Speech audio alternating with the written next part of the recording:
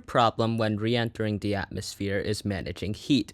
A key part of this heat management is related to the shock cone phenomena.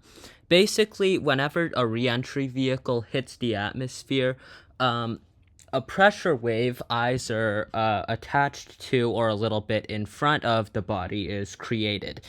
Um, this pressure wave moves at speeds far beyond the speed of sound in that medium.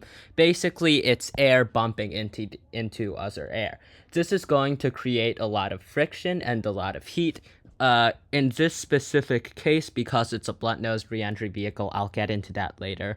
Our pressure wave is about here, and it's heating the air surrounding it. The pressure wave is slightly in front of the body, heating the air slightly in front of that body.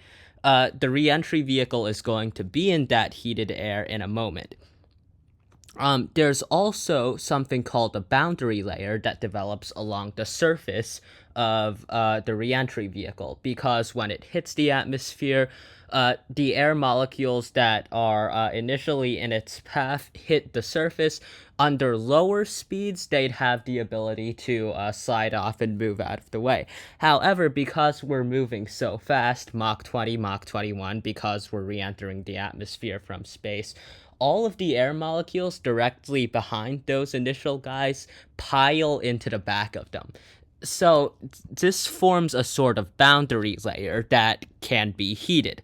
And because the boundary layer basically stays attached to the surface of the body, because all the air molecules behind the layer are whacking into them and pushing them into the surface, if the boundary layer gets heated, then you're going to get heated. So in summary, aerodynamics around the reentry capsule, we got a boundary layer, we have air, and we have a pressure wave.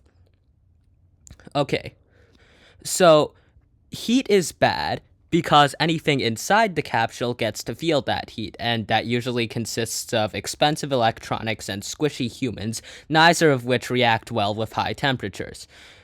During reentry, you start with a bunch of kinetic energy and a bunch of potential energy, and when you hit the ground, you have no energy. So where does all this go? Most of it heats the air surrounding your vehicle and the vehicle itself. You want it to heat the air surrounding your vehicle because, one layer of insulation is better than 0 layers of insulation. Initially in the 50s, when they encountered this problem, they thought that their line of thinking was, hey, we want to minimize the amount of drag, right? Because drag is just friction, and friction will create heat. So they used sharp-nosed reentry vehicles like this one. The problem is, shock cone heating is also a major problem, because that pressure wave is going to be generating a lot of heat.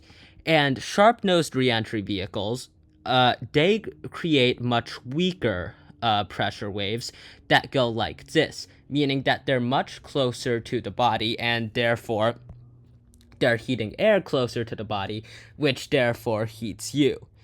Um, a breakthrough happened when some guy ran some tests, and he figured out, hey, a blunt-nosed reentry vehicle is going to create a pressure wave that is farther away from the body. So this means you have more air insulation. More insulation means that there's less heating of the capsule. So yeah, that's why it's a heat mitigation measure.